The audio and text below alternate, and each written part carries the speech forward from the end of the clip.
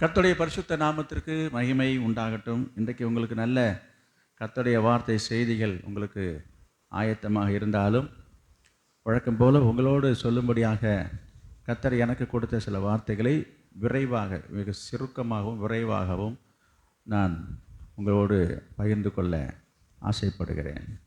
கடந்த 2 வாரங்களாக ஒரு வார்த்தையின் தலைப்பில் உங்களோடு கர்த்தருடைய வார்த்தையை நான் பகிர்ந்து வருகிறேன். அது என்னன்னு சொல்ல முடியுமா? நியாயம். ஆமாம், இதுபடி நீங்கள் சொல்லாமல் இருக்கிறது நியாயமா? பாருங்கள், இந்த பக்கம் சொல்கிறாங்களே, நீங்கள் யாரும் வாயை திறந்து சொல்லியே, இது நியாயமா?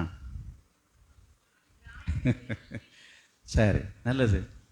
இன்றைக்கும் அதனுடைய தொடர்ச்சியாக தான் நம்ம சில காரியங்களை பார்க்க இருக்கிறோம். அதற்கு ஆதாரமாக எடுத்துக்கொண்ட வசனம் லூக்கா எழுதின சுவிசேஷம் 12ஆம் அதிகாரம் 57வது வசனம். லூக்கா 12ஆம் அதிகாரம் 57வது வசனத்தை மீண்டும் நான் ஞாபகப்படுத்த. நியாயம் இன்னதென்று நீங்களே தீர்மானியாமல் இருக்கிறது என்ன? நியாயம் இன்னதென்று நீங்கள் தீர்மானிக்காமல் இருக்கிறது என்ன என்று இயேசு கேட்கிறார். கடந்த வாரத்திலையும் பார்த்தோம். இதெல்லாம் நியாயமா? பொதுவாக நம்ம எல்லாருமே நியாயத்தை பற்றி பேசுகிறோம், நியாயத்தை பற்றி பேசுகிறோம், நியாயத்தை எதிர்பார்க்கிறோம். சிலரை பார்த்து இப்படி கேள்வி கேட்கிறோம், இதெல்லாம் நியாயமா என்று நம்ம கேட்கிறோம்.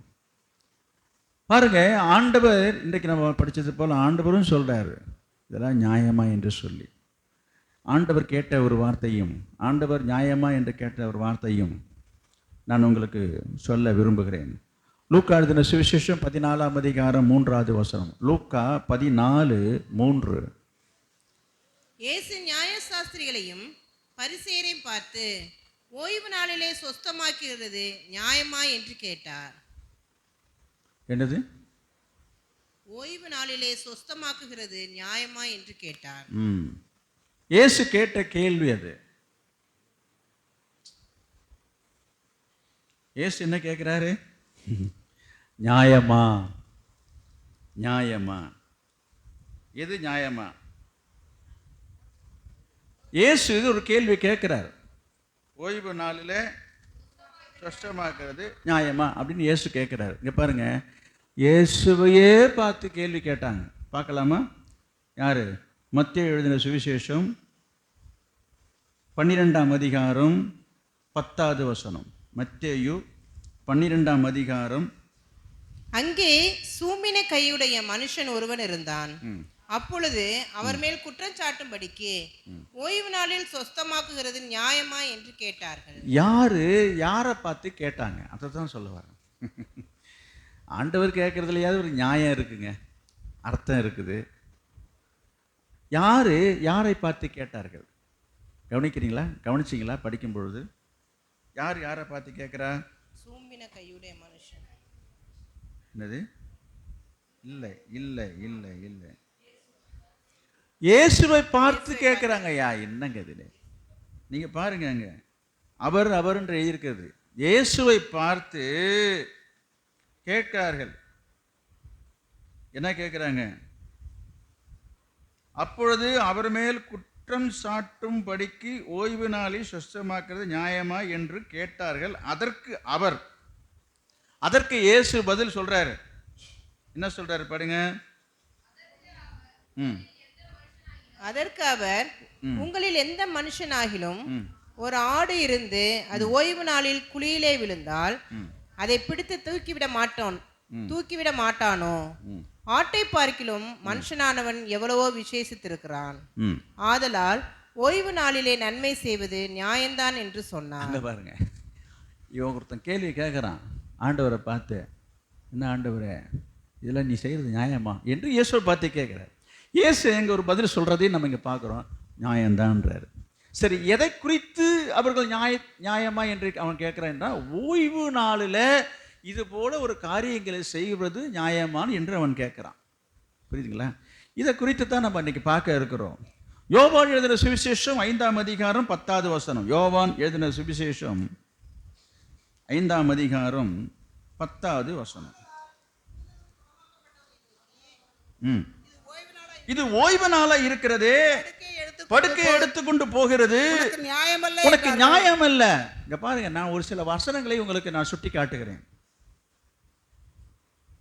நியாயம் இல்லை என்று சொல்லுகிறார்கள். அப்புறம் 10, 11 அவன் அவர்களுக்கு பிரதித்தரமாக, என்னை சொஸ்தமாக்கினவர் உன் படுக்கையை எடுத்துக்கொண்டு நடவென்று எனக்கு சொன்னார் என்றார். 16 இயேசு இவைகளை ஓய்வு நாளில் செய்தபடியால் யூதர்கள் அவரை துன்பப்படுத்தி அவரை கொலை செய்ய வகை தேடினார்கள். ஓய்வு நாளிலே செய்தபடியினாலே யூதர்கள் எல்லாம் சேர்ந்து என்ன பண்ணாங்க? இயேசுவை கொலையே செய்யணும்னு தீர்மானிச்சிட்டாங்க.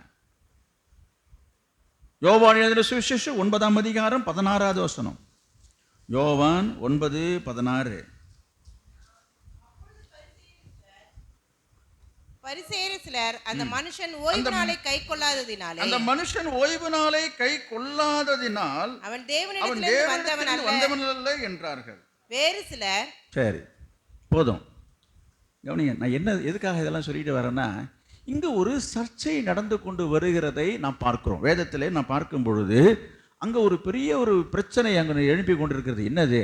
ஓய்வு நாளை குறித்து ஒரு சர்ச்சை எழும்புகிறதையும், இது நியாயமா என்று இவர் கேட்பதும், அவர்களை திருப்பி பார்த்து நியாயமா என்று இவர் கேட்பதும், இப்படிப்பட்ட ஒரு சம்பாஷணையை நம்ம பார்ப்பதற்காக தான் அங்கொன்றும் இங்கொன்றுமாக ஒரு 4-5 வசனங்களை நான் உங்களுக்கு சுட்டி காட்டுகிறேன். கொஞ்சம் யோசித்து பார்ப்போம், இதில் என்ன பிரச்சனை, என்ன எல்லாரும் 2 பேரும் மோதிக்கிட்டு இது நியாயமா இது நியாயமான்றாங்க, இது நியாயம் இல்லைன்றாரு இவர். அதோடு இல்லை, இது ரொம்ப ஓவரா போகுது. என்னது? இயேசுவையே கொலை செய்யும்படியான ஒரு தீர்மானத்தை கொண்டு வந்துட்டாங்க. எதை வைத்து?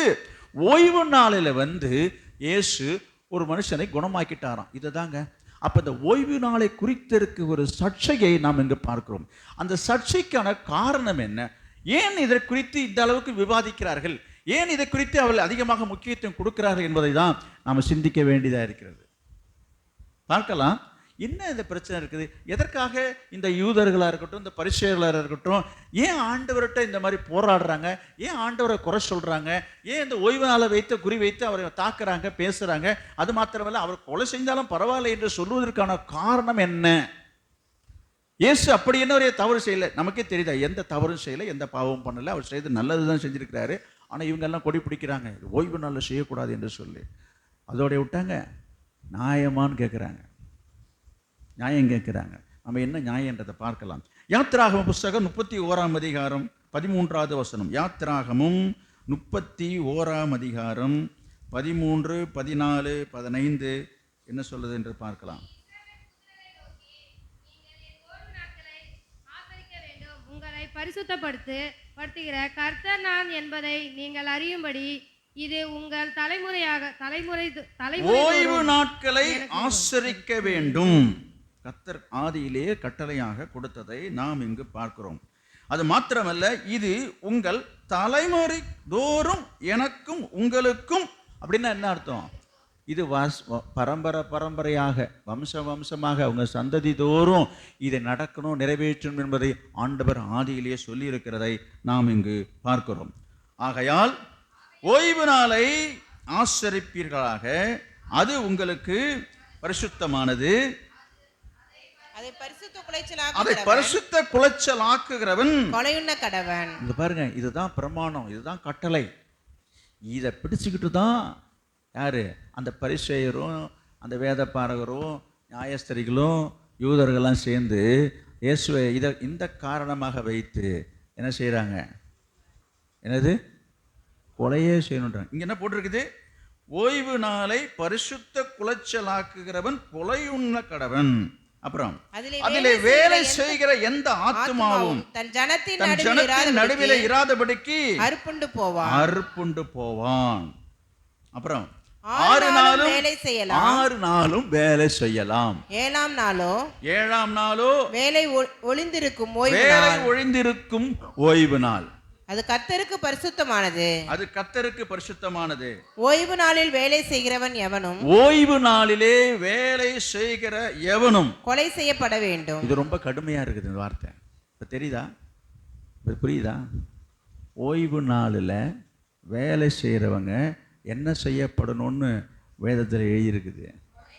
கொலை செய்யணும். ஐயோ, என்ன கொடுமையாக இருக்குது!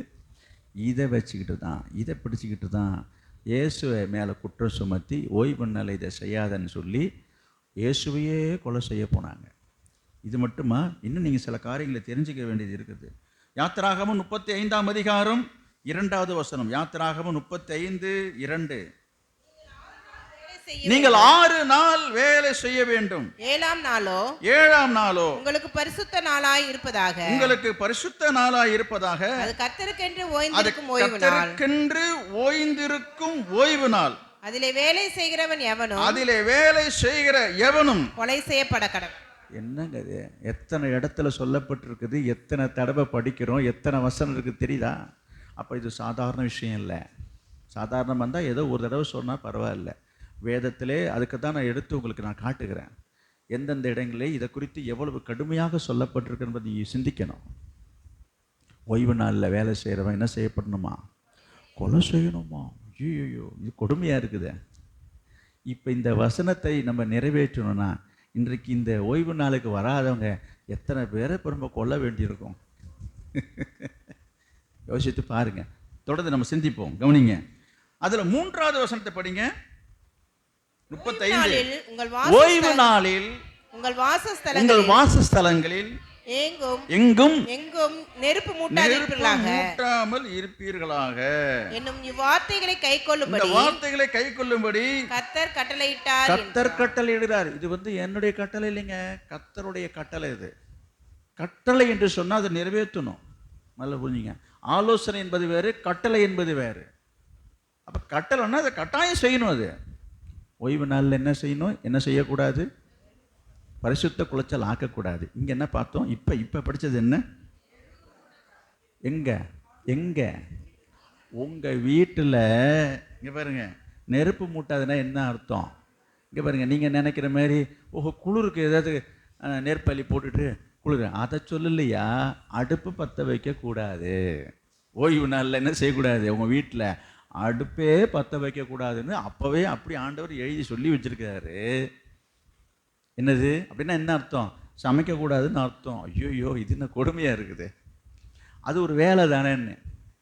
ஆனால் இன்றைக்கு அநேக, நல்லா கவனிங்க, ஞாயிற்றுக்கிழமை அன்றைக்குத்தான் நிறைய வீடுகள், நான் உங்களை சொல்ல, நீங்கள் தான் இங்கே வந்துட்டீங்களே, அநேக வீடுகளில் நீங்கள் பார்த்தீங்கன்னா ஞாயிற்றுக்கிழமை அன்றைக்குத்தான் அடுப்பே எரியும். அநேகரை நான் சொல்கிறேன். ஏனென்றால் அன்றைக்கு தான் மட்டன், சிக்கன், என்ன மீன், இறால், என்னென்னலாம் கிடைக்குதோ. அவங்க சொல்கிறாங்க, என்னங்க 6 நாள் வேலைக்கு போய் ஹோட்டலில் சாப்பிட்டு, கடையில் சாப்பிட்டு, அதில் சாப்பிட்டு நாக்கு செத்து போச்சுங்க. நாக்கு செத்து போயிடுச்சான். அதனால் வாய்க்கு ருசியாக இன்றைக்கி தாங்க லீவு, ஒரு வாரத்தில் ஒரு நாள் தான் லீவு.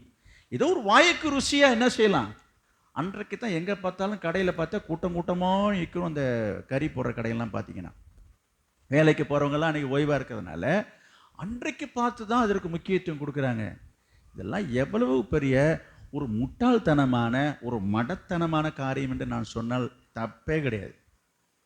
ஏன் என்று சொல்கிறேன்னா, ஐயா, ஓய்வு நாள் என்பது எதற்காக என்று சொன்னால், நீ ஓய்வு எடுப்பதற்காக, ஓய்ந்திருப்பதற்காக அல்ல. அதற்குத்தான் நான் நிறைய வசனங்கள் நான் காமிச்சேன். ஓய்வு நாளை என்ன செய்யக்கூடாது? பரிசுத்த குலைச்சல் ஆக்கக்கூடாது. இங்கே பார்த்தோம், படிக்கிறோம், சமைக்கிறதுக்கே செய்யக்கூடாதுன்றாங்க. அன்னைக்கு தான் வகை வகையாக சமைச்சு உட்காந்து வீட்டில் சாப்பிட்டு உட்காந்துக்கிறாங்க. இதில் சில விசுவாசிகளும் விதிவிலக்கல்ல. ஒரு சில விசுவாசிகள் அன்னைக்கு பற்றி யாராவது விருந்தாடி வந்துட்டாங்கன்னா, ஐயோ வராதவங்க வந்துட்டாங்க, அப்புறம் நாங்கள் இப்படிலாம் எடுத்தோமா, நான் கிளம்பும் போது தாங்க வாங்கியாந்து எங்கள் வீட்டுக்காரர் கொண்டாந்து கொடுத்துட்டு இதை சமைச்சு வச்சுட்டு போன்ட்டாருங்க. அதனால் ஆராதனைக்கு லேட்டு, சிலர் ஆராதனைக்கு வர்றதில்லை. இன்னும் சில பேர் என்ன பண்ணுறாங்க, நல்லா ஒய்யாரமாக உட்காந்து நல்லா ஆக்கி நல்லா சாப்பிட்டுட்டு ரெஸ்ட் எடுத்துட்டேன். கேட்டால் ஓய்வு நாள். என் வாயால் நான் சொல்ல விரும்பலை, வசனத்தை நீங்களே படிச்சிட்டீங்க. அவங்களாம் என்ன செய்யப்பட வேண்டும் என்று சொல்லப்பட்டிருக்குது. வார்த்தைகள் எவ்வளோ கடுமையாக இருப்பதுன்றதை நீங்கள் யோசிக்க வேண்டும் பிரியமானவர்களே. எனவே யாத்திராகமும் 23ஆம் அதிகாரம் 12வது வசனம் இன்றைக்கு இப்போ நம்ம படித்தோம்.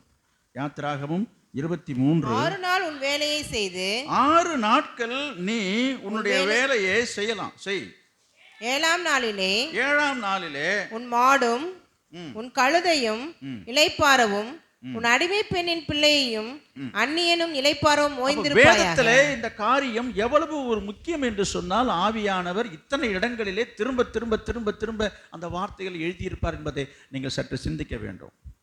6 நாட்களும் நீங்கள் உங்கள் வேலையை தாராளமாக செய்யலாம். உங்கள் சொந்த வேலையை, வீட்டு வேலையை, குடும்ப வேலையை, எந்த வேலையாக இருந்தாலும் சரி 6 நாட்களும் உங்கள் வேலையை நீங்கள் செய்யலாம். 7ஆவது நாள் என்ன செய்யணும்? ஓய்ந்திருக்குன்னு என்று சொன்னால் அது இங்கே தப்பான அர்த்தம் கொள்ளக்கூடாது. ஓய்வு எடுக்கிறதுக்கு இல்லை, இது வீட்டில் படுத்து நல்லா தூங்குறதுக்கு இல்லை, நல்லா சாப்பிட்டு திருப்தியாக ஓய்வு எடுக்கிறதுக்கு அல்ல.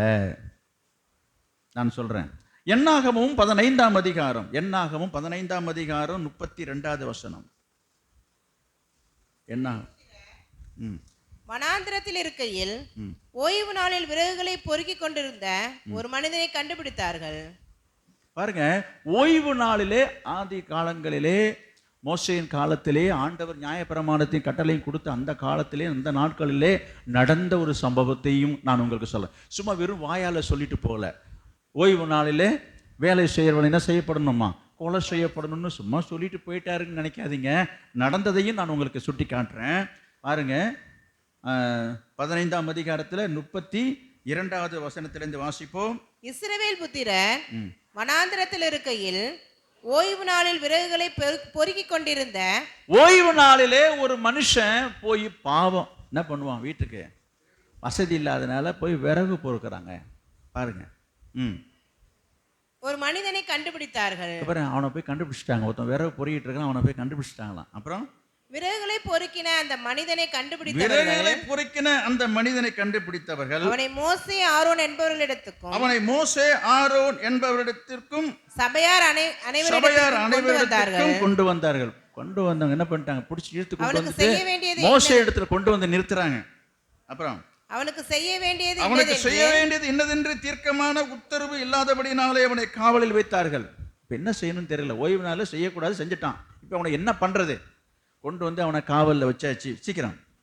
கர்த்தர் மோசேயை நோக்கி, அந்த மனிதன் நிச்சயமாய் கொலை செய்யப்பட வேண்டும். கர்த்தர் மோசேயை நோக்கி, கர்த்தர் சொல்றாரு பாருங்க, இப்படி ஒரு பிரமாணம் இருக்குன்றதுக்காக அவசரப்பட்டு இந்த மோசேயோ யாருமே என்ன செய்யல, அதை நிறைவேற்றல. இப்ப என்ன செய்யலாம் என்று சொல்லி கர்த்தர்ட்ட கேட்கும்போது, கர்த்தர் மோசேயை நோக்கி, அந்த மனிதன் நிச்சயமாய் கொலை செய்யப்பட வேண்டும். சபையார் எல்லாரும் அவனை பாளையத்துக்கு புறம்பே கல்லெறிய கடவர்கள் என்றார். சபையார் எல்லாரும் சேர்ந்து ஆளுக்கு ஒரு கல்லை எடுத்துட்டு கல்லை எறிங்கன்ட்டார் கர்த்தர். அப்புறம் அப்பொழுது சபையார் எல்லாரும் கர்த்தர் மோசேக்கு கட்டளையிட்டபடியே அவனை பாளையத்துக்கு புறம்பே கொண்டு போய். உங்க பைபிள்ல இருக்குதான்னு எடுத்து பாரியா. நிறைய பேர் பைபிள் வச்சிருக்கீங்க. இந்த வசனத்தை கொஞ்சம் பாருங்க, முடிஞ்சா குறிச்சு வச்சுக்கொள்ளுங்க, அன்லைன் பண்ணுங்க, அடையாளம் பண்ணி வச்சுங்க. பைபிளில் இப்படி ஒரு வசனம் இருக்குன்றது நிறைய பேருக்கு தெரியாது. நிறைய பேர் இந்த யாத்திராகமும், சில பேர் யாத்திராகம்னா எங்கே இருக்குன்னு தேடுவாங்க. இதெல்லாம் படிக்கிறதே கிடையாது. சங்கீதம், நீதிமொழிகள், புதிய ஏற்பாடு, அதோடு சரி. இவங்களோட வேத வாசிப்புகள் நிறைய பேர் அப்படி தான் இருக்கிறாங்க. அதனால சொல்கிறேன், எல்லாரும் எடுத்து பாருங்க. நான் இப்போ இங்கே யாராவது படிக்க சொல்லுவேன், படிங்க. அவனை பாளையத்திற்கு புறம்பே கொண்டு போய். அப்பொழுது சபையார் எல்லாரும் கர்த்தர் மோசேக்கு கட்டளையிட்டபடி அவனை பாளையத்துக்கு புறம்பே கொண்டு போய் கல்லு எறிந்தார்கள். அவன் செத்தான். முடிஞ்சு போச்சு கதை. கவனிங்க, அவன் என்ன செய்தான்? அவன் என்னங்க செய்துட்டான்? இப்படிப்பட்ட ஒரு தண்டனைக்கு அவன் என்ன செய்தான்றது நீங்க யோசிக்கணும். யாரையாவது போய் அடிச்சானா? யார் பொருளை போய் திருடுறானா? ஏழை ஏமாத்துறானா? கொலை செய்தானா? ஏதாவது சண்டைக்கு போனானா? கொஞ்சம் யோசிக்கணும் நீங்க. அவன் என்ன செய்தான்? விறகு தான் பொறுக்க போனான். அவன் குடும்பத்துக்கு, அவன் வீட்டுக்கு, சமையலுக்கு, சாப்பிட்றதுக்கு. இது நீங்கள் நம்ம பார்வையில் எப்படி தெரியுது? ஆனால் இது என்ன அநியாயமாக அக்கிரமமாக இருக்குது. இப்போ நம்ம நியாயத்தை பற்றி பேசிகிட்டு இருக்கிறோம். சில பேருடைய வாயில் என்ன வரும்? இது என்ன அநியாயமாக? கர்த்தர் அநியாயம் செய்கிறவரா? சொல்லுங்க பார்ப்போம். ஒரு விறகு பொறுக்கிறான்னா அவனை எதை கூப்பிட்டு கண்டிச்சு, சரி போய் இனிமேலாம் செய்யாதன்னு சொல்லிவிட்டு போயிருக்க வேண்டியதானே. அவனை கொண்டு வந்து நிறுத்தி எல்லாரும், ஒருத்தர் ரெண்டு பேர் இல்லை, எல்லாரும் சேர்ந்து கல்லெறிஞ்சு கொன்றார்கள்னு எழுதியிருக்குது. இது உண்மை சம்பவம், கட்டுக்கதை அல்ல. அப்போ இவ்வளவு கடுமையான ஒரு காரியத்தை ஆண்டவர் சொல்ல காரணம் என்ன? இது மாத்திரமல்ல, ஏதோ ஆண்டவர் சொன்னார் என்று சேர்ந்து எடுத்துக்கொண்டு இந்த மனிதர்கள் செய்திருந்தார் கூட நம்ம யோசிக்கலாம். பாருங்க, ஏதோ ஆண்டவர் ஒரு மிரட்டுறதுக்கு பயமுறுத்து சொல்லியிருந்தாரு, என்னங்க அதுக்குன்னு இந்த மோசேயும் இப்படிலாம் பண்ணக்கூடாதுங்க என்று நீங்கள் சொல்லலாம். ஆனால் மோசேவோ மற்றவர்களோ அவசரப்பட்டு இந்த காரியத்தை முடிவுக்கு வரவே இல்லை. அவர் என்ன செய்யலாம் என்று தான் யோசிக்கிறாங்க. கர்த்தர் சொல்கிறாரு, நான் சொன்னது தான், அவனை கொல்லணும், கொன்னே விட்டாங்க. அப்போ ஓய்வு நாளை குறித்து எவ்வளவு காரியங்கள் கடுமையாக இந்த விதிமுறைகள் இருந்திருக்கிறது என்பதை நாம் பார்க்குறோம். இப்போ என்ன செய்யணும்? ஓய்வு நாள் என்பது என்ன? ஓய்வு நாள்னா என்ன? ஓய்ந்திருக்கிறது தான் ஓய்வு நாளா? யாத்திராகமம் 23:12 நம்ம என்ன படித்தோம்? இப்போ படிச்சிங்களே, யாத்திராகமம் 23:12 என்ன படிச்சிங்க? 6 நாட்களும் நீ வேலை செய், உன் வேலையை செய், உன் சொந்த வேலைக்கு போகலாம். என்ன செய்யணும்? 6 நாட்களும் வேலை செய்யணும். படிங்க. 7ஆம் நாளிலே என்ன? ம் ம் ம் ம் ம் என்னது அந்த கடைசி வார்த்தையை பாருங்க. ஓய்ந்திருப்பாயாக. 6 நாட்களும் வேலை நீ செய்யி, 7ஆவது நாளில் நீ என்ன செய்யணும்? ஓய்ந்திரு. அதை தாங்க நாங்கள் செய்துட்டு இருக்கிறோங்க. வீட்டில் இருக்கிற நீங்கள் தாங்க வாரம் வேறு ஆள் வேறு ஃபோன் போட்டு ஞாயிற்றுக்கிழமை வரலையா, ஆராதனைக்கு வரலையா, திருவிருந்துக்கு வரலையா தொல்லை பண்ணிகிட்டு இருக்கிறீங்க நீங்கள். என்னது? நாங்கள் வேதத்தில் சொல்கிறது போல் வசனம் என்ன போட்டிருக்குது? ஓய்ந்திருப்பாங்க. 6 நாள் மனுஷன் வேலை செஞ்சுட்டு மாடாக உழைச்சிக்கிறான். ராத்திரி பகலாக வெயில்லையும் அங்கேயும் இங்கே கஷ்டப்பட்டு அந்த வேலை இந்த வேலையும் செஞ்சுட்டு இருக்கிறோம். ஒரு நாள் வீட்டில் இந்த ஆளு மனுஷன் என்ன பண்ண மாட்டாரு? என்ன சொல்கிறான்? விடமாட்டுறாருங்க. வரலன்னா வரலன்னு வேறு கேட்டுட்ருக்காருங்க. நான் சொல்லலை. இங்கே பாருங்கள், உங்கள் வீட்டில் ஓய்வு எடுப்பதற்காக ஆண்டவர் சொல்லலை. இதை நீங்கள் தப்பான அர்த்தத்தில் கொள்கிறீங்க. அதுக்கு ஒரு வசனம் சொல்கிறேன். லேபியராகமம் 23ஆம் அதிகாரம் 3வது வசனம். லேபியராகமம் 23ஆம் அதிகாரம் 7ஆம் நாள் பரிசுத்த சபை கூடுதலான ஓய்வு நாள். என்னது? பரிசுத்த சபை கூடுதலான ஓய்வு நாள். 6 நாளும் வேலை செய்ய வேண்டும். 7ஆம் நாள் என்ன செய்யணும்? பரிசுத்த சபை கூடுதலான ஓய்வு நாள். நல்ல. அது என்ன ஓய்வு நாள்? அது பரிசுத்த சபை கூடுதலான ஓய்வு நாள். புரியுதா உங்களுக்கு? இது வீட்டில் படுத்துட்டு ஓய்வு எடுக்கிற ஓய்வு நாள் இல்லை. அல்லது கறி மீன் ஆக்கி வச்சு சாமிச்சிட்டு வீட்டில் நிறைய கெஸ்ட்டு வந்துட்டாங்க. இன்னைக்கு இன்னும் சில பேர் பார்த்தீங்கன்னா ஞாயிற்றுக்கிழமை பார்த்து தான் காது குத்தி, மூக்கு குத்தி, காலு குத்தி, எல்லா குத்தியும் வைக்க வேண்டியது. கேட்டால் ஞாயிற்றுக்கிழமை தாங்க லீவு, எல்லோரும் வருவாங்க. கல்யாணம் வைக்கிறது, காரியம் வைக்கிறது, காது குத்தி வைக்கிறது எல்லாம் சரியல்ல. சரி, யாராவது தெரியாதவர் செய்தாலும் இதுக்கெல்லாம் விசுவாசி போகலாமல் போகக்கூடாது. ஒரு நல்ல விசுவாசி, சரியான விசுவாசி இந்த ஞாயிற்றுக்கிழமை வைக்கிறதுக்கு போகக்கூடாது. அப்போ என்னங்க இப்படிலாம் சொன்னீங்க? உறவு அத்து போடுங்க, இப்படிலாம் குடும்பத்தை பிரிச்சிடாதீங்க. பாஸ்டர் ஒரு தடவை சொன்னார். அதை நானும் சொல்லியிருக்கிறேன், அதை நானும் கடைப்பிடிச்சிட்டு இருக்கிறேன். இன்றைக்கு ஒரு காரியம் நடக்குதுன்னா நேற்றுக்கு சாயந்தரமோ இரவோ போய் என்ன கொடுக்கணுமோ, என்ன செய்யணுமோ, நீ தங்கத்தை கொடுக்குறியோ, வைரத்தை கொடுக்குறியோ கொடுத்துட்டு வந்துடு. நேற்றுக்கே போய் அது எப்படின்னு யோசிச்சிங்கன்னா, இன்றைக்கு எல்லாம் முடிஞ்சதுக்கப்புறம் சாயந்தரமோ இரவோ போய் கொடுத்துட்டு போய் உன் தங்க கிரீடத்தை போய் கொடுத்துட்டு வா. நீ என்ன செய்யணுமோ செஞ்சுட்டு வா. ஆனால் கர்த்தருடைய ஓய்வு நாளில் ஆராதனையை விட்டுட்டு நீ எந்த இடத்துக்கு போனாலும் உனக்கு பாதுகாப்பு கிடையாது. நான் ரட்சிக்கப்பட்டிருக்க உங்களுக்கு நான் சொல்லுகிறேன், ஒரு விசுவாசி ரட்சிக்கப்பட்டவன் கிறிஸ்தவன் ஓய்வு நாள் என்று சொன்னால் சபையில் இருக்கணும். நீ இருக்க வேண்டிய இடம் எங்கே? எந்த இடத்துல இருக்கணும்னா நீ ஆலயத்தில் இருக்கணும். ஐயா பாஸ்டர் ஐயா சொல்லியிருக்கிறாங்க, பெரியவர் சொன்ன ஒரு வார்த்தை ஞாபகத்துக்கு வருகிறது. ஆராதனை நாளிலே, அதாவது ஞாயிற்றுக்கிழமையில் ஆராதனை நாளிலே, ஆராதனை நேரத்திலே, ஆராதனையிலே கலந்து கொள்ளாமல் எந்த ஒரு விசுவாசியாவது வெளியூர் பிரயாணமாகவோ அல்லது வேறொரு சொந்த வேலையாகவோ வேறு எந்த இடத்துல நீ இருந்தாலும் சரி, கர்த்தருடைய பாதுகாப்பு உனக்கு இருக்காது. உனக்கு அதோகதி எதோகதி என்ன ஆகும் நடக்காது. இப்போ சில பேர் நினைப்பாங்க, எத்தனை ஞாயிற்றுக்கிழமை நான் வராமல் இருந்திருக்கிறேன், என்ன சொல்லி பெற்ற. நான் ஒன்று சொல்கிறேன், கர்த்தருடைய கிருபை உங்களை தாங்கியிருக்கிறது. நீங்கள் நினைக்கிற மாதிரி உடனே நடந்தது. இது பழைய ஏற்பாட்டு பிரமாணம். புதிய ஏற்பாட்டு பிரமாணம் என்று சொல்லும்போது இதுக்கு விதி விலக்கு அல்ல. நீங்கள் நினைக்க வேண்டாம் இது பழைய ஏற்பாடு புதிய ஏற்பாடுலாம் அப்படி இல்லைன்னு. கர்த்தருடைய இரக்கம் கிருபை உங்களை தாங்கி வந்திருக்கிறது என்பதை மறந்து விடாதீர்கள். எனவே இதை அசட்டை பண்ணி அலட்சியம் பண்ணி கொண்டு நமக்கெல்லாம் ஒன்றும் நடந்துடாது என்று சொல்றீங்க. ஆனால் இதுதான் உண்மை, இதுதான் சத்தியம். ஆராதனை நாட்களிலே ஞாயிற்றுக்கிழமையில ஆராதனை நடந்து கொண்டிருக்கும் பொழுது நீ எந்த இடத்துல நின்றாலும் சரி, நீ எந்த காரியத்துக்கு போனாலும் சரி, ஆண்டவருடைய பாதுகாப்பு உன்னை விட்டு விலகிவிடும். கர்த்தருடைய பாதுகாப்பு உனக்கு இருக்காது. என்ன வேணும்னு நடக்கும். எனக்கு இது வரைக்கும் நடக்கலையே, நடக்கலைன்றது நல்லதாக நினச்சிங்க, அவ்வளோதான். இது வரைக்கும் நடக்காமல் இருந்தது உனக்கு நல்லது. ஆனால் எந்த நாளிலும் எந்த நேரத்திலும் என்ன வேணும்னாலும் உனக்கு நடக்கும். இது உண்மை. ஆனால் நான் உங்களை பயமுறுத்துறதுக்காக மிரட்டுறதுக்காக நான் சொல்ல, அது உண்மை.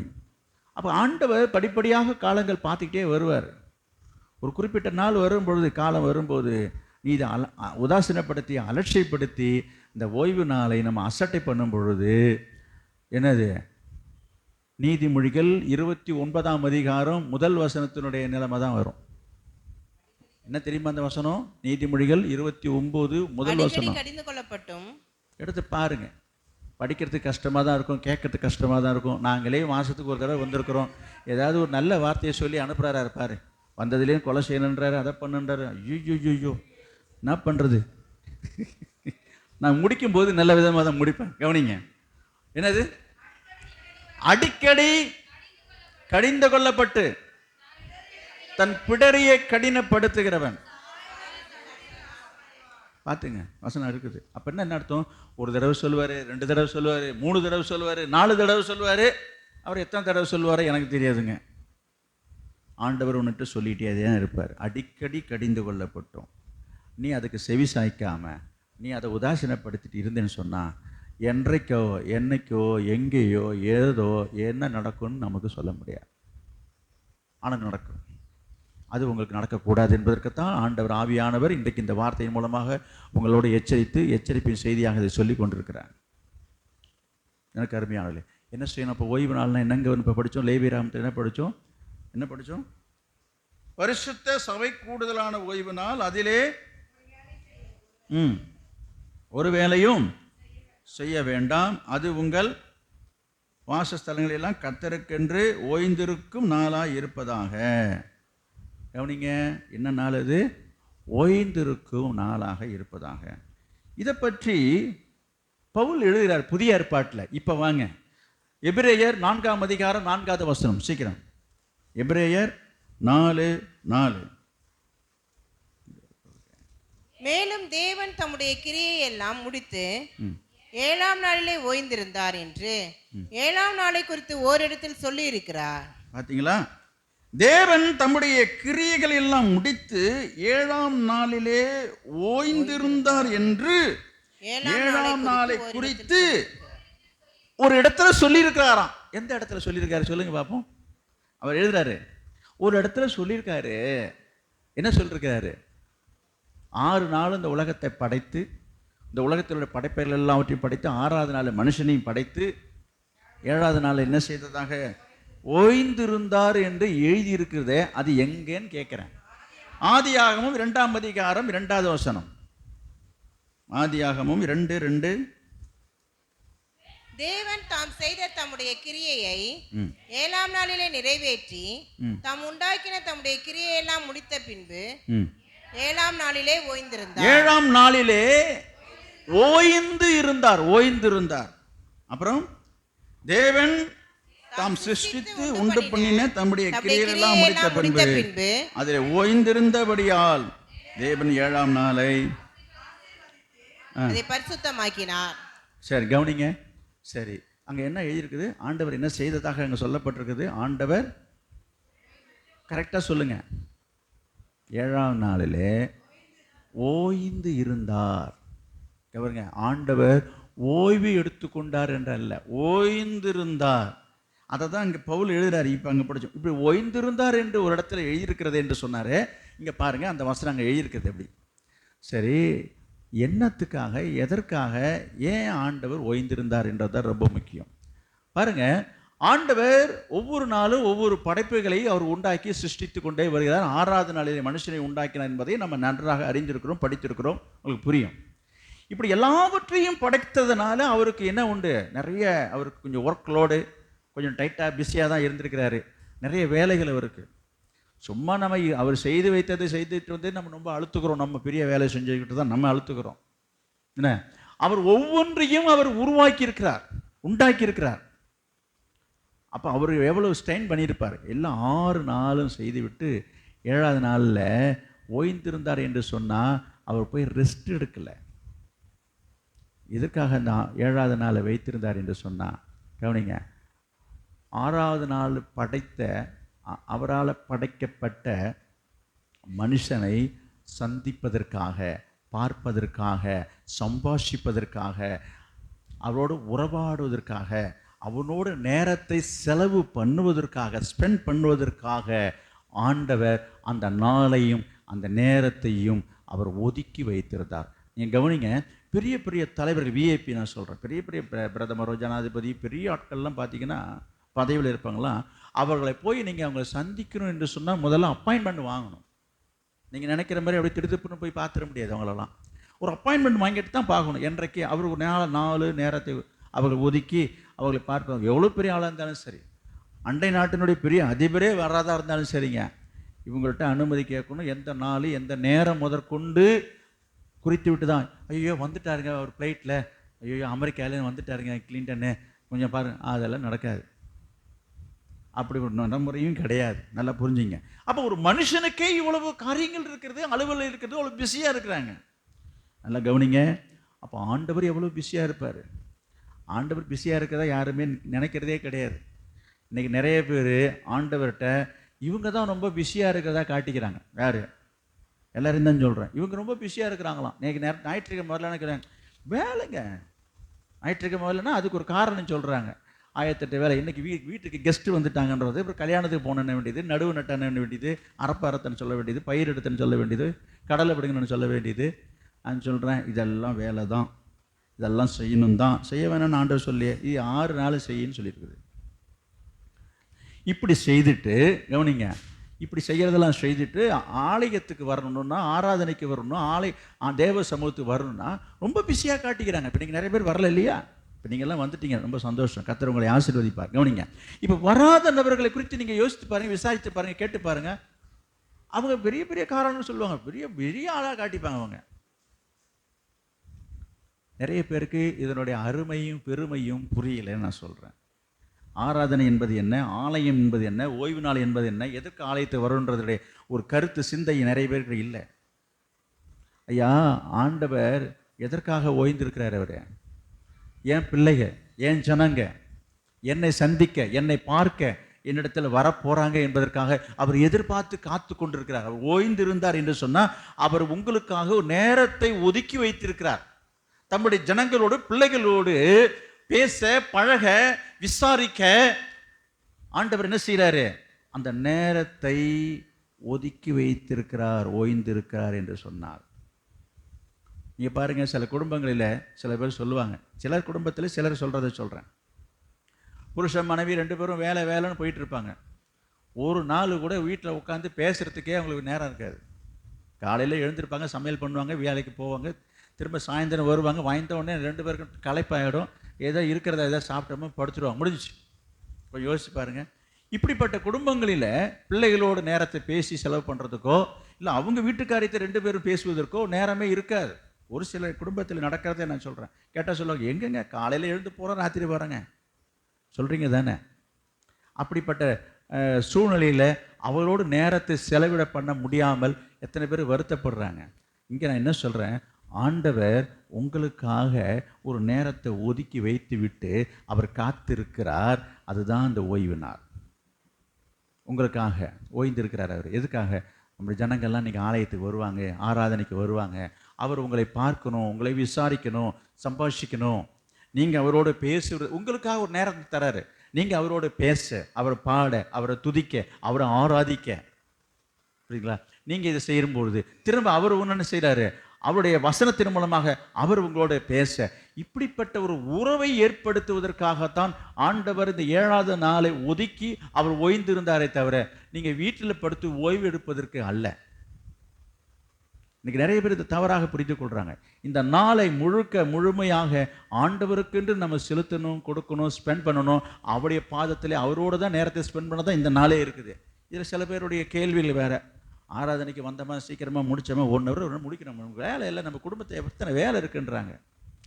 அறியாதவர்கள், புரியாதவர்கள். இந்த நாளை முழுசுமையே ஆண்டவருக்கு நம்ம கொடுக்கணும்.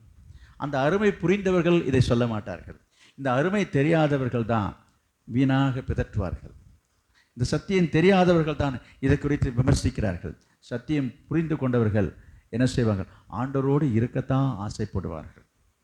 எனக்கு அன்பானவர்களே, எனவே ஆண்டவர் என்ன சொல்றாரு பாருங்க. இப்படி நம்ம ஆண்டவரோடு நம்ம இடைபடுவதற்காக, சந்திப்பதற்காக, சம்போஷிப்பதற்காக, அவரை சந்திப்பதற்காக நம்ம வரும் பொழுது ஆண்டவர் என்ன செய்யறார் பார்க்கலாம். ஏசாயா தீர்க்க தரிசன புஸ்தகம் 56ஆம் அதிகாரம் 1, 2. ஏசாயா 56.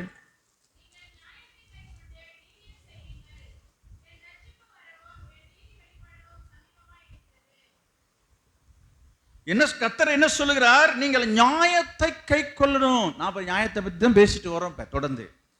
அது என்ன நியாயம் என்று சொல்லி பார்க்கும் பொழுது கவனிங்க, என் ரட்சிப்பு வரவும் என் நீதி வெளிப்படவும் சமீபமாக இருக்கிறது. இப்படி செய்கிற மனுஷனும் இதை பற்றி கொண்டிருந்து ஓய்வு நாளை வந்துச்சா, ஓய்வு நாளை பரிசுத்த குலைச்சலாகாதபடி ஆசரித்து ஒரு பொல்லாப்பையும் செய்யாதபடி தன் கையை காத்து கொண்டிருக்கிற மனுபுத்திரனும் பாக்கியவான்.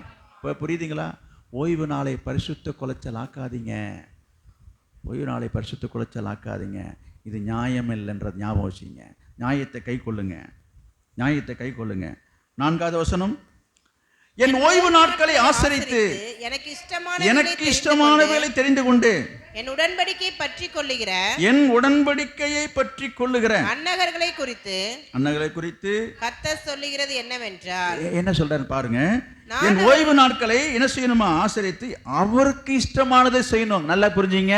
கர்த்தருக்கு, ஆண்டவருக்கு பிரியமானதை இஷ்டமானதை செய்யணும். உங்களுக்கு பிரியமானதை செய்யறது இல்லை. ஞாயிற்றுக்கிழமைன்னா நிறைய பேருக்கு பார்க்குக்கு போகணும், பீச்சுக்கு போகணும், என்ன வேற எங்கேயாவது ஒரு டூர் போகணுமா, பிக்னிக் போகலாமா, விதவிதமாக வகை வகையாக சாப்பிட்லாமா, வீட்டிலே சமைச்சு போர் அடிச்சு போச்சு ஹோட்டலில் போய் சாப்பிட்லாமா, இதெல்லாம் அவருக்கு இஷ்டமான காரியங்கள். இன்னைக்கு நிறைய பேர் அப்படி தான் இந்த நாட்களை ஸ்பெண்ட் பண்ணுறாங்க. நான் சொல்கிறேன், செய்ய வேண்டான்னு சொல்லலை. 6 நாள் நீ எங்கே வேணாலும், அமெரிக்கா வேணாலும், லண்டன் வேணாலும் போயிட்டு வா, நீ தாஜ்மஹாலை வேணாலும் பார்த்துட்டு வா. 7வது நாள் கர்த்தருடைய நாளியா, அதில் போய் ஊரை சுற்றிட்டு இருக்கக்கூடாது. பாருங்க தொடர்ந்து, நான் அவர்களுக்கு என் ஆலயத்திலும் என் மதில்களுக்குள்ளும் குமாரருக்கும் உரிய இடத்தையும் கீர்த்தியை பார்க்கிலும் உத்தம இடத்தையும், இப்ப தெரியுதா, கீர்த்தியும் கர்த்தருடைய நாளை, ஓய்வு நாளை நீங்கள் பரிசுத்த குலைச்சலாக்காமல் இருப்பீர்கள் என்று சொன்னால் கர்த்தர் உங்களுக்கு என்ன கொடுப்பாராம்? உத்தம இடத்தையும் கீர்த்தியும் நான் கொடுப்பேன் என்று கர்த்தர் சொல்றாரு. இப்ப தெரியுதா எப்படிப்பட்ட ஒரு மேன்மை, எப்படிப்பட்ட ஒரு ஆசீர்வாதம் இருக்குது என்று சொல்லி பாருங்க. 6, கர்த்தரை சேவிக்கவும், கர்த்தருடைய நாமத்தை நேசிக்கவும், அவருக்கு ஊழியக்காரராய் இருக்கவும், அவரை சேர்ந்து ஓய்வு நாளை பரிசுத்த குலைச்சல் ஆகாதபடி ஆசரித்து என் உடன்படிக்கையை பற்றி கொண்டிருக்கிற அந்நிய புத்திரர் அனைவரையும் நான் என் பரிசுத்த பர்வதத்துக்கு கொண்டு வந்து என் ஜெப வீட்டிலே அவர்களை மகிழ பண்ணுவேன். ஜெப வீடு, ஆலயத்துக்கு கொண்டு வந்து கர்த்தர் என்ன செய்வார்? உங்களை மகிழ பண்ணுவேன். அவருடைய சர்வாங்க தகனங்களும் அவருடைய பலிகளும் என்னுடைய வீடு சகல ஜனங்களுக்கும் ஜெப வீடு எனப்படும். தெரியுதுங்களா எங்க இருக்கணும்? 7வது நாள் எங்க இருக்கணும்? ஓய்வு நாளை எப்படி ஆசரிக்கணும்? ஜெப வீட்டில் இருக்கணும். உங்கள் வீட்டுக்கு போகிறது இல்லை. 6 நாள் உங்கள் வீட்டில் இருங்க. நான் இந்த வீட்டில் உங்களை தங்கணும்னு சொல்லலை. இந்த நாளையும் நேரத்தையும் கர்த்தருக்காக செலவு பண்ணணும். இதுக்கு ரொம்ப பேருக்கு ரொம்ப கஷ்டமாக இருக்குது. ஒரு 2 மணி நேரம் ஆராதனையில் உட்காரதுக்கே ரொம்ப கஷ்டமாக இருக்குது. ரொம்ப வெயில் அதிகமாக இருக்குதுங்க. சுருக்கமாக சீக்கிரமாக முடிச்சு ஒரு ஜெபம் பண்ணிங்களா அனுப்பிடுங்களேன். நாங்கள் போய் ஓய்வு எடுக்கிறோம். நான் போன வாரம் ஒரு வசனம் வாசித்தோம். அடிக்கிற வெயிலுக்கு நம்ம எங்கே வந்து ஒதுங்கணுமா? ஏங்க படிச்சேன் பாருங்க. ஏசாயா 25ஆம் அதிகாரம் 4வது வசனத்தில் இருக்கு பாருங்க. கொடூரமானவர்களின் சீரல் மதிலை மோதியடிக்கிற பெருவெள்ளத்தை போல் இருக்கையில் நீர் ஏழைக்கு பலனும் நெருக்கப்படுகிற எளியவனுக்கு திடனும் பெருவெள்ளத்துக்கு தப்பும் அடைக்கலமும் வெயிலுக்கு ஒதுங்கும் நிழலுமாய். உங்க பைபிள்ல இருக்குதா பாருங்க. வெயிலுக்கு ஒதுங்கும் நிழலுமானீர். அடிக்கிற வெயிலுக்கு ஒதுங்குற இடம் ஆலயம் தாங்க. கொடைக்கானல் இல்லை, ஊட்டி இல்லை. போக வேண்டான்னு சொல்லலை. திங்கக்கிழமையிலேருந்து சனிக்கிழமை வரைக்கும் எங்கே வேணாலும் போய் சுற்றிட்டு வாங்க. ஞாயிற்றுக்கிழமை எங்கே வந்து ஒதுங்கணும் அதை தான் சொல்ல வந்தேன். ரொம்ப ஜாஸ்தியாக இருக்குங்க. நாங்கள் ஒரு போட்டிங் போயிட்டு வரலாமா, பீச்சுக்கு போயிட்டு வரலாமா, கடற்கரைக்கு போய் காற்று வாங்கிட்டு வரலாம். வெயில் ரொம்ப தாக்கமாக இருக்குங்க, உஷ்ணம் அதிகமாக இருக்குதுங்க. எந்த உஷ்ணமாக இருந்தாலும் சரி, உனக்கு அடக்கலமான இடம் எங்கே இருக்குது? இன்னைக்கு சபைக்கு ஆலயத்துக்கு ஆராதனைக்கு வராதது சொல்கிற காரணங்கள் இதுவும் ஒன்று. இன்னைக்கு வராதவங்களை போய் கேட்குறேன், ஆடே என்ன வெய்ய உங்கள் வீட்டு எங்கள் வீட்டு வெயில என்ன வெய்ய அடிக்குது, நீ இன்னும் வரலன்னு கேட்டுட்டு இருக்கோம். ஐயோ வந்தனால சுருண்டு விழுந்துருவேன். எல்லாம் உண்மைதான். நான் வசனத்துக்கு வருகிறேன். வெயிலுக்கு ஒதுங்கும் நிழல் தேவ சமூகங்க, தேவ ஆலயங்க. இதெல்லாம் நமக்கு ஒரு பெரிய காரியமாக இருக்கக்கூடாது. இன்னைக்கு நிறைய பேர் இதில் காரணங்களை சொல்லிவிட்டு அதை நியாயம், அது ஒரு நியாயம். ஆமாம்மா இவர் சொல்கிறது நியாயம்தான், இவர் சொல்கிறது நியாயம்தான். இப்போ நான் கேட்குறேன், கர்த்தர் கேட்குறாரு, இதெல்லாம் நியாயமா? எது? கர்த்தருடைய ஓய்வு நாளை அசட்டை பண்ணுவது, பரிசுத்த குலைச்சலாக்குவது, ஆராதனைக்கு வராமல் இருப்பது, ஆராதனை நாட்களிலே நீ சொந்தமாக வீட்டு காரியத்தை ஒழுங்குபடுத்துவது, இதெல்லாம் நியாயமா? கடைசியாக ஒரு வசனம் சொல்லி நான் சீக்கிரமாக நான் முடிக்கணும். ஏசாயா 58:13. ஏசாயா 58.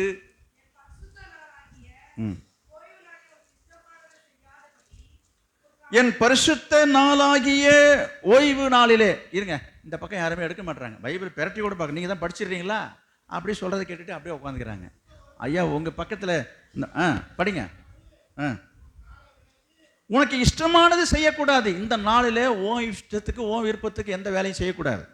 உன் காலை விலக்கி உன் வழிகளின்படி நடவாமலும் உனக்கு இஷ்டமானது செய்யக்கூடாது. திரும்ப திரும்ப வருது பாருங்க இந்த வார்த்தை. உன் இஷ்டத்துக்கு நடக்கக்கூடாது. ஏன் இஷ்டம்? நான் என்ன வேணாலும் செய்வேன். அன்னைக்கு பார்த்தா காது குத்தி வைக்கிறது, அன்னைக்கு பார்த்தா கல்யாணம் வைக்கிறது, அன்னைக்கு தான் பச்சை தண்ணி மஞ்சள் தண்ணி வைக்கிறது. ஆமாம், நடக்கிறது நடந்துகிட்டு இருக்குது நான் சொல்கிறேன். இதுக்கு விசுவாசிக்கு ஓடுறது, அதை தான் நம்ம தப்புன்னு சொல்கிறேன். அபிசுவாசி செஞ்சுட்டு போகிறான்னு தெரியாமல் விசுவாசி போகலாமா? யோசித்து பாருங்க. கோவிச்சுப்பாங்க. நான் சொல்கிறேன், மனுஷன் கோவிச்சுக்குவான், கர்த்தர் கோவிச்சிக்க மாட்டாரா? நான் இங்கே கேட்குறேன். அப்போ அந்த சிந்தையே இல்லையே. கர்த்தருடைய கோபத்தை பற்றி நான் உங்களுக்கு வசனத்தின் மூலமாக நான் காமிச்சிட்டே வந்தேன். ஓய்வு நாளை பரிசுத்த குலைச்சல் ஆக்கிற எவனும், அது நீங்கள் சொல்லிங்க, நான் சொல்ல மாட்டாது. அப்போ ஆண்டவருக்கு எவ்வளோ கோபம் இருந்தால், வேகம் இருந்தால், எரிச்சல் இருந்தால் இந்த தண்டனையை வச்சிருப்பார், இவ்வளோ கோபம் வச்சிருப்பாருன்னு யோசிச்சு பாருங்க. அதெல்லாம் யோசிக்கிறதே கிடையாது. நீங்கள் பாட்டு உங்கள் இஷ்டத்துக்கு போயிட்டுருக்கீங்க. அதெல்லாம் செய்ய மாட்டாருங்க. நம்ம நல்ல ஆண்டவருங்க. அவர் இரக்கம் உள்ளவர், மனசு உருக்கம் உள்ளவர், மன்னிக்கவர். நீங்கள் தாங்க அவரை பற்றி எப்படி பேசிட்டீங்க அப்படின்னு நீங்கள் என்ன சொன்னீங்கன்னா, நான் சொல்கிறேன், இரக்கம் உள்ளவர் தான், மனசு உருக்கம் உள்ளவர் தான். புரியுதுங்களா? ஆனால் அதே சமயம் அவர் என்ன செய்வார்? சத்தியத்தை அறிகிற அறிவை அடைந்த பின்பும் நீங்கள் மனப்பூர்வமாக நீங்கள் பாவம் செய்வோர் என்று சொன்னால், எபிரேயர் எடுங்க, இப்போ நான் சொல்கிறேன், எபிரேயரில் இருக்கிறது வசனம் 10:26 மேலும் அன்புக்கும் நற்கரிகளுக்கும் நாம் ஏவப்படும்படி ஒருவரை கவனித்து சபை கூடு வருதலை சிலர் விட்டு விடுகிறது போல நாமும் விட்டு விடாமல் ஒருவருக்கு ஒருவர் புத்தி சொல்ல கடவோம். நாளானது சமீபித்து வருகிறதை எவ்வளவாய் பார்க்கிறீர்களோ அவ்வளவாய் புத்தி சொல்ல வேண்டும். சபைக்கு வரலன்னா வராதவங்களை பார்த்து புத்தி சொல்லணும். கவனிங்க, சத்தியத்தை அறிவை அடைந்த பின்பு. கவனிங்க, இந்த மாதிரி சத்தியத்தை கேட்டு, இந்த வசனத்தை கேட்டு, இந்த வசனத்தை படிச்சு, இதெல்லாம் உண்மைன்றது நல்லா தெளிவா நல்லா தெரிஞ்சுக்கிட்டு அடைந்த பின்பும் நாம் மனப்பூர்வமாய் பாவம் செய்வோம் என்று சொன்னால், பாவங்கள் நிமித்தம் வேறொரு பலி நீராமல் நியாய தீர்ப்பு வரும் என்ற பயத்தோடு எதிர்பார்க்குதலும் விரோதிகளை பட்சிக்கும் கோபாக்கினையுமே இருக்கும். இருக்குதா இல்லையா வசனம்? கர்த்தருக்கு கோபம் வரும். கர்த்தருக்கு கோபம் முட்டலாமா? எரிச்சல் முட்டலாமா? கொஞ்சம் யோசித்து பாருங்க. ஆண்டவர் இரக்கம் உள்ளவர், அன்புள்ளவர், தயவுள்ளவர், மன்னிக்கிறவர். அதில் எந்த மாற்று கருத்தும் இல்லை. நீங்கள் அவரை போய் கோபப்படுத்தீங்கன்னா, ஆலயத்துக்கு வராமல், ஆராதனைக்கு வராமல், ஓய்வு நாளுக்கு முக்கியத்துவம் கொடுக்காம உன் சொந்த வேலையை பார்க்குறதோ, இல்லை வீட்டில் நல்லா காலை நீட்டி படுத்து தூங்கிட்டு இருக்கிறதோ, அவருக்கு எவ்வளோ கோபம் வரும். நீங்கள் வருவேன்னு நான் எதிர்பார்த்துட்டு உட்காந்துருக்கிறேன். உனக்காக என் நேரம், என் வேலை வீட்டிலாம் விட்டுட்டு நான் சொல்கிறேன், உங்களுக்கு தான் வேலை இருக்குதா? நிறைய பேர் எனக்கு அந்த வேலை இருக்குது, இந்த வேலை இருக்குன்னு கேட்பாருங்க. உங்களை விட தாண்டியவருக்கு அதிக வேலை இருக்குது. ஆனால் இன்றைக்கி நிறைய பேர் ஆண்டவர் சரியாக புரிஞ்சிக்கிறதே கிடையாது. ஆண்டவர்னால் ஏதோ சும்மா அவருடைய சிங்காசனத்தில் ஒரு சேரை போட்டு உட்காந்துருக்காருன்னு நினச்சிட்டு இருக்கிறாங்க. நிறைய பேர் நினைக்கிறது அதுதான். அவருக்கு என்னங்க இருக்குது? அவர் கடவுளுங்க. இவருக்கு தான் ரொம்ப பிஸியாக, இவங்க தான் ரொம்ப பெரிய வேலை செய்கிறவங்களாம். நோ, உங்களை விட அவர் ரொம்ப பிஸியானவர். ஞாபகம் வச்சுங்க. நீங்கள் அதை போய் பார்க்கல, அவர் கண்ணால் என்ன பிஸி, என்ன செய்கிறார் இவர் அப்படின்னு நீங்கள் யோசிப்பீங்க. நீங்கள் உங்கள் வீட்டுக்கு வேலையும் உங்கள் குடும்ப வேலையை தான் நீங்கள் சொல்லிட்டீங்க. உங்கள் தொழிலையும் உங்களுடைய வியாபாரத்தையும் சொல்லி என்ன வியாபாரம் பண்ணுறாருன்னு கேட்பீங்க, என்ன பில்டிங் கட்டுறாரா கேட்பீங்க, இன்றைக்கி என்ன சென்ட்ரிங் அடிக்கிறாருன்னு கேட்பீங்க, ஏன் இன்றைக்கி என்ன காங்கிரீட் எதாவது போடுறதா நீங்கள் கேட்பீங்க. ஏன்னா அதுதான் உங்களுக்கு பெரிய வேலையாக தெரியுது. அவர் உலகத்தையே அண்ட சராசரத்தையே அவர் ஆளுகை செய்து எல்லாரையும் பார்க்கிறவர். கர்த்தருடைய கண்கள் பூமி எங்கும் உலாவி கொண்டிருக்கிறது என்று சொல்லப்பட்டிருக்கிறது. எல்லாரையும் பார்க்குறாரு, எல்லாத்தையும் வாட்ச் பண்ணுறாரு, ஒவ்வொருடைய தேவையை சந்திக்கிறாரு, விசாரிக்கிறார், எல்லாவற்றையும் பார்த்து கொண்டிருக்கிறார். அதை பார்க்குற சக்தி, புரிஞ்சு கொள்கிற சக்தி உனக்கு இல்லை. அதனால் கடவுள் என்று சொன்னால், தெய்வம் என்று சொன்னால் அது ஏதோ ஒரு சிலையாகவோ சிலை போலவோ எங்கேயோ ஒரு இடத்துல உட்கார்ந்துருக்கிறாரு, அவருக்கு ஒரு வேலை வெட்டி இல்லை என்று. நோ, சங்கீதத்தில் நான் வாசிக்கிறோம், இஸ்ரவேலை காக்கிற தேவன், வசனம் இருக்குதுயா, இஸ்ரவேலை காக்கிற தேவன் தூங்குறதும் இல்லை உறங்குறது இல்லை. நீங்கள் கூட தூங்குறீங்க ராத்திரியில், ஆண்டவர் தூங்குறது இல்லைன்னு எழுதியிருக்குங்க. ஏன் அவர் தூங்கலை? அவனுக்கு தூக்கம் வரலையே, அவருக்கு தூக்கம் வராதா? அப்போ எந்த அளவுக்கு உங்கள் மீது, நம் மீது, நம் எல்லார் மீதும் ஆண்டவர் அக்கறையும் கரிசனையும் கவனிப்பும் உள்ளவராக இருக்கிறார். ஞாபகம் வச்சுங்க. எனவே அவர் ரொம்ப லேசாக இடம் போட்டுடுறாங்க சில பேர். நம்மளை மாரி என்ன அவர் வேலைக்கு போகிறாரா, நம்மளை மாரி அவரை கஷ்டப்படுறாரா, இப்படிலாம் யோசிக்கிறாங்க. உங்களை விட அதிகமாக கஷ்டப்படுறவர். நீங்கள் கண்ணால் பார்க்கல, அதனால் அது உங்களுக்கு புரியல. அவர் எங்கேயோ உட்காந்துருக்கிறாரு, வரலவத்தில் உட்காந்துருக்கிறாரு, பாட்டு கேட்டுட்டு நினச்சிட்டு இருக்காங்க. இல்லை இல்லை இல்லை இல்லை, ஆண்டவரை நீங்கள் சரியாக புரிஞ்சுக்கணும் பிரியமானவர்களே. சரி, என்ன செய்யணும்? நம்ம என்ன படித்தோம் இப்போ? சத்தியத்தை அறிகிற அறிவை அடைந்த பின்பும் தெரிந்து கொண்டும் நம்ம அப்படி செய்கிறோம் என்று சொன்னார். தெரியாமல் செய்கிறது வேற. நீங்கள் சொல்கிறீங்களா இரக்கம், ஒரு குறுக்கம், மனசு குறுக்கம்னு, அதெல்லாம் சரிதான். ஆனால் தெரிந்து கொண்டு நீங்கள் செய்தீங்கன்னு சொன்னால் கர்த்தருடைய கோபம் தான் வரும் என்று இங்கே பவுல் எழுதுகிறதை புதிய ஏற்பாட்டில் தான் இருக்கிறது என்பதை மறந்துடாதீங்க. சரி, நம்ம இதை படித்து நம்ம முடிப்போம். ஏசாயா 58:13 வாசித்து கொண்டிருக்கிறோம். உனக்கு இஷ்டமானதை செய்யாமலும் உன் சொந்த பேச்சை பேசாமலும் இருந்து ஓய்வு நாளை மனமகிழ்ச்சி நாள் என்றும் கர்த்தருடைய பரிசுத்த நாளை மகிமையுள்ள நாள் என்று சொல்லி அதை மகிமையாக எண்ணுவாயானால் அப்பொழுது கர்த்தரில் மனமகிழ்ச்சியாய் இருப்பாய். பூமியின் உயர்ந்த இடங்களில் உன்னை ஏறி இருக்கும்படி பண்ணி உன் தகப்பனாகிய யாக்கோபுடைய சுதந்திரத்தால் உன்னை போஷிப்பேன். கர்த்தருடைய வாய் இதை சொல்லிற்று. ஏன் வாய் சொல்லல? கர்த்தருடைய வாய் தான் இதை சொல்லுது அப்படின்னு நாங்கள் எழுதியிருக்குது.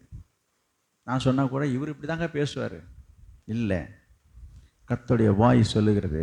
கர்த்தருடைய வாய் தான் அங்கேயும் சொல்லியிருக்குது, ஓய்வு நாளை பரிசுத்த குலைச்சல் ஆக்கக்கூடாது, அப்படி ஆக்குகிறவனை என்ன செய்யப்பட கடவன். அந்த வாய் தான் இதையும் சொல்லுது. அதனால் அதை மட்டும் நம்ம பார்த்துட்டு ஏன்னா ஆண்டவர் இப்படி கொடுமையாக பேசுகிறாருன்னு நினைக்காதீங்க. கர்த்தர் உங்களை ஆசீர்வதிக்க விரும்புகிறார். இந்த வசனத்தின் மூலமாக அவர் சொல்கிறாரு, என்ன சொல்கிறாரு? உன் சொந்த பேச்சை கூட பேசக்கூடாது. இன்றைக்கு தான் போய் கல்யாணம் பேசுறது, நாள் குறிக்கிறது, பஞ்சாயத்து பேசுறது, குடும்பத்தில் ஏதாவது வம்பு வழக்கு இருக்குனாக்கா ஊருக்காரன் இன்றைக்கி தான் ஓய்வாக இருக்குன்ட்டு பஞ்சாயத்துக்கு கூப்பிடுவான். இதுக்கு போய் விசுவாசி போய் உட்காந்துக்கிட்டு இன்றைக்கி தாங்க வரான்றாங்க, இன்றைக்கி தாங்க ஓய்வாக இருக்குன்னு சொல்கிறாங்க. உன் சொந்த பேச்சை பேசாமல் இருந்து ஓய்வு நாளை மனமகிழ்ச்சி நாள் என்றும் கர்த்தருடைய பரிசுத்த நாளை மகிமையுள்ள நாள் என்று சொல்லி அதற்கு ஒரு முக்கியத்துவம், இம்பார்ட்டன்ஸ் கொடுத்து அதை நீ கனப்படுத்துவாயானால், அதற்கு ஒரு முக்கியத்துவம் நீ கொடுப்பாய் என்று சொன்னால் நீ என்ன செய்வாய்? அப்ப உன் குடும்பம், உன் பிள்ளைங்க, உன் வாழ்க்கை மகிழ்ச்சியாக இருக்கும். அப்பொழுது கர்த்தரில் மன மகிழ்ச்சியாக இருப்பாய். ஏன் இன்னைக்கு நிறைய பேருக்கு துக்கம்?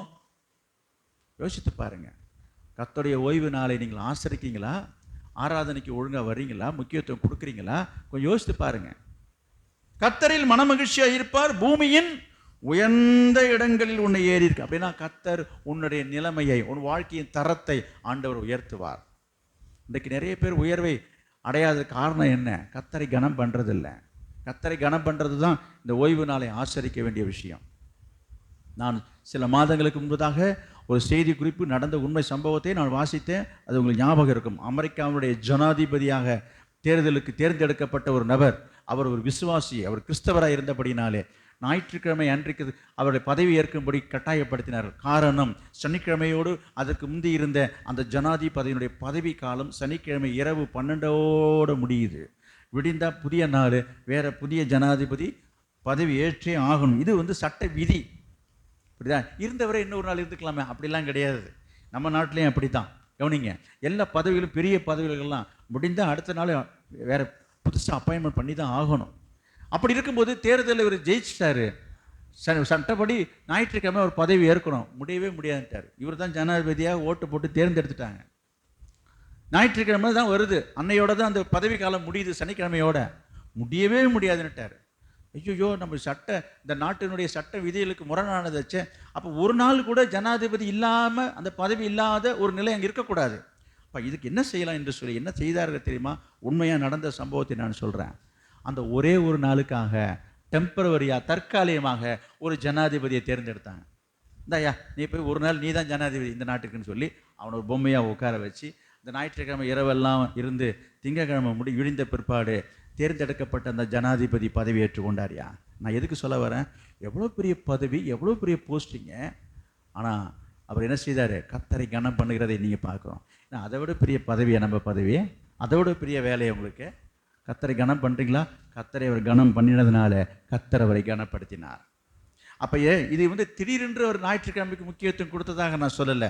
அப்போ ஒரு விசுவாசியாக இருந்து கர்த்தரை கனம் பண்ணி கர்த்தருக்கு பயந்து வாழ்ந்ததுனால கர்த்தர் அவருடைய வாழ்க்கையில் என்ன செய்தார்? அவருக்கு ஒரு உயர்ந்த பதவியை கொடுத்து. இங்கே வருவோம். இங்கே 14ஆம் வசனத்தில் நம்ம பார்க்கிறோம். என்னது? பூமியின் உயர்ந்த இடங்களில் உன்னை ஏறி இருக்கும்படி. அப்போ ஒரு உயர்ந்த பதவியிலே கொண்டு போய் அந்த மனுஷனை வைக்கிறதை நாம் பார்க்கிறோம். பண்ணி உன் தகப்பனாகிய யாக்கோபுடைய சுதந்திரத்தால் உன்னை போஷிப்பேன், கர்த்தருடைய வாய் இதை சொல்லிற்று. எனவே ஆண்டவர் இன்றைக்கு இந்த நாளிலே வந்திருக்கிற உங்கள் அனைவரும் பார்த்து சொல்கிற வார்த்தை இதுதான். கர்த்தர் உங்களை உயர்த்துவார், கர்த்தர் உங்களை ஆசீர்வதிப்பார், உங்களை உயர்ந்த இடங்களிலே பிரவேசிக்கும்படி செய்வார். கர்த்தர் உங்களை மன மகிழ்ச்சிக்குள்ளாக்குவார். உங்களையும் உங்கள் குடும்பத்தையும் அவர் மகிழ்ச்சிப்படுத்தி ஆசீர்வதிக்க அவர் விரும்புகிறார். உங்களை கீர்த்தியும் புகழ்ச்சியும் உள்ளவர்களாக ஆக்க வேண்டும் என்று சொல்லி விரும்புகிறார். அதுக்கு செய்ய வேண்டியது என்ன? அவர் எங்கே கொண்டு வந்து எங்கே வைத்து உங்களை செய்வதாக சொல்ல, என்னுடைய ஜனங்களை என்னுடைய வீட்டுக்கு, என் ஜெப வீட்டுக்கு அவளை கொண்டு வந்து அவர்களை நான் மகிழ பண்ணுவேன். ஆலயத்துக்கு வந்தாதாங்க, ஆராதனைக்கு வந்தாதாங்க. இன்றைக்கி சில பேர் நினச்சிட்டு இருக்கிறாங்க, அது வீட்டில் இருந்தபடி தான். இப்போ தான் ஆன்லைன்லேயே சர்வீஸ் வந்துருச்சுங்க. டிவி திறந்து விட்டால் எத்தனை ஏகப்பட்ட சர்வீஸ் இருக்குங்க. நோ, நீங்கள் ஏதாவது பாருங்கள், நான் வேணான்னு சொல்ல. கர்த்தர் சபை என்பதை எதற்காக ஏற்படுத்தினார்? அவர் ரத்தத்தினாலே தோன்ற பண்ணினார். சபையின் மூலமாக தான் இன்றைக்கு தேசத்துக்கு எழுப்புதல் இருக்கிறத தவிர ஆன்லைன் சர்வீஸ் மூலமாக அல்ல. எத்தனை பெரிய கூட்டங்கள் நடக்கட்டும், அது அவசியம், அது வேண்டாம் என்று நான் சொல்லலை, அதுக்கு எதிராக நான் பேசலை. சபை கூடி வருதல் என்பது ஆண்டவர் ஏற்படுத்தப்பட்ட காரியம். இது எனவே சபையின் மூலமாகத்தான் தேவனுடைய நோக்கம் நிறைவேறுமே தவிர, சபையின் மூலமாக தான் தேவன் தம்முடைய ஜனங்களை ஆசீர்வதிப்பாரே தவிர, சும்மா உட்காந்துக்கிட்டு நாங்கள் அந்த பிரசங்கத்தை கேட்டோம், இந்த செய்தியை கேட்டோம், இதை விட சூப்பராக இன்றைக்கி நல்ல ஒரு பிரசங்கம் வந்து பார்த்தியானே, நீ எந்த சூப்பராக வந்தாலும் சரி உன் வாழ்க்கை சூப்பராக இருக்கதான் பாரு. நான் சொல்கிறேன், பிரசங்கங்கள் சூப்பராக இருக்குது, நான் இல்லைன்னு சொல்லலை. என்னை விட அழகாக, அருமையாக, கோர்வையாக என எதுகு முனையில் பேசக்கூடிய பெரிய பெரிய ஸ்பீக்கர்ஸ் இருக்கிறார் என்பதை நான் மறுக்கலை.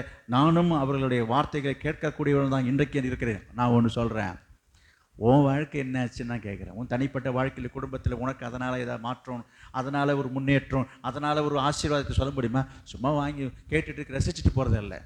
எனவே நீங்கள் கேளுங்க, டைம் பாஸுக்காக நீங்கள் வேறு எதையும் செய்து விட கேளுங்க, நான் வேண்டான்னு சொல்ல. அதையே ஒரு பெரிய இதை வச்சுட்டு நாங்கள் அதை பார்த்துட்டோம், இதை பார்த்துட்டோம், இன்னும் இங்கே வந்து என்ன கத்துவார், இதை சொல்லுவார், இதானே? நோ, நீங்கள் சபையில் வந்து கர்த்தரை ஆராதிக்க வேண்டும் என்பது தான் தேவனுடைய திட்டம், விருப்பமாக இருப்பதை நான் அநேக வசனங்கள் மூலமாக உங்களுக்கு நான் சுட்டி காட்டிருக்கிறேன். எனவே இந்த ஓய்வு நாளை நாம் என்ன செய்யணும்? பரிசுத்த குலைச்சல் ஆக்கக்கூடாது.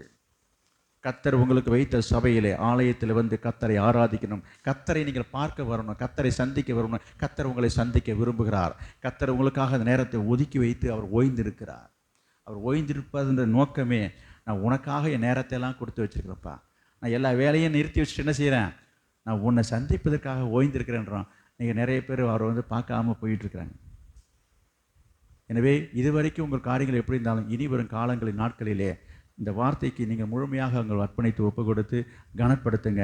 கர்த்தர் உங்கள் வாழ்க்கையில் பெரிய காரியங்கள் செய்வார். கர்த்தர் உங்களை ஆசீர்வதிப்பார். ஒரு நிமிஷம் நம்ம கண்களை மூடி ஜெபம் பண்ணும். நல்ல பிதாவே, நாங்கள் உம்மை ஸ்தோத்திரிக்கிறோம். இன்றைக்கு இந்த நாளில் ஒரு எச்சரிப்பின் வார்த்தையை உடைய வசனத்தின் மூலமாக நீர் இந்த சபைக்கும் சபையாருக்கும் கொடுத்தபடினாலே நமக்கு நன்றி செலுத்துகிறோம் ஐயா. கர்த்தர் தாமே நீருடைய ஆசீர் கேட்ட அனைவரும் மீதும் ஆண்டவரை ஆவியானுடைய கரம் இருக்க வேண்டும் என்று சொல்லி செபிக்கிறோம். அவர்களுக்கு வெறுமையாக கேட்டுவிட்டு போகிறால் மாத்திரமல்ல கர்த்தாவே, அதை கை கொள்ளவும் கடைபிடிக்கவும் ஆண்டவரே நிறைவேற்றவும் அதுக்கு வேண்டிய கிருபைகளை தாங்கப்பா. கிருபைகளை தாரும், அபிஷேகத்தை தாரும், கீழ்ப்படிந்து நடக்க உதவி செய்யும். உமக்கு பயப்படுகிற பயத்தை அவருடைய இருதயத்தில் வைப்பீராக. உமக்கு ஸ்தோத்திரம், உமக்கு ஸ்தோத்திரம். தொடர்ந்து நம்முடைய வார்த்தையை கை கொண்டு அதன்படி அந்த பரிசுத்த நாளை பரிசுத்த குலைச்சல் ஆகாதபடிக்கு கர்த்தாவே உம்மை கனம் பண்ணவும், உம்மை சேவிக்கவும், உடைய ஆலயத்தில் வரவும், உம்மை ஆராதிக்கவும், ஜெப வீட்டில் கொண்டு வந்து அவரை மகிழ பண்ணுவேன்னு சொன்னீரே.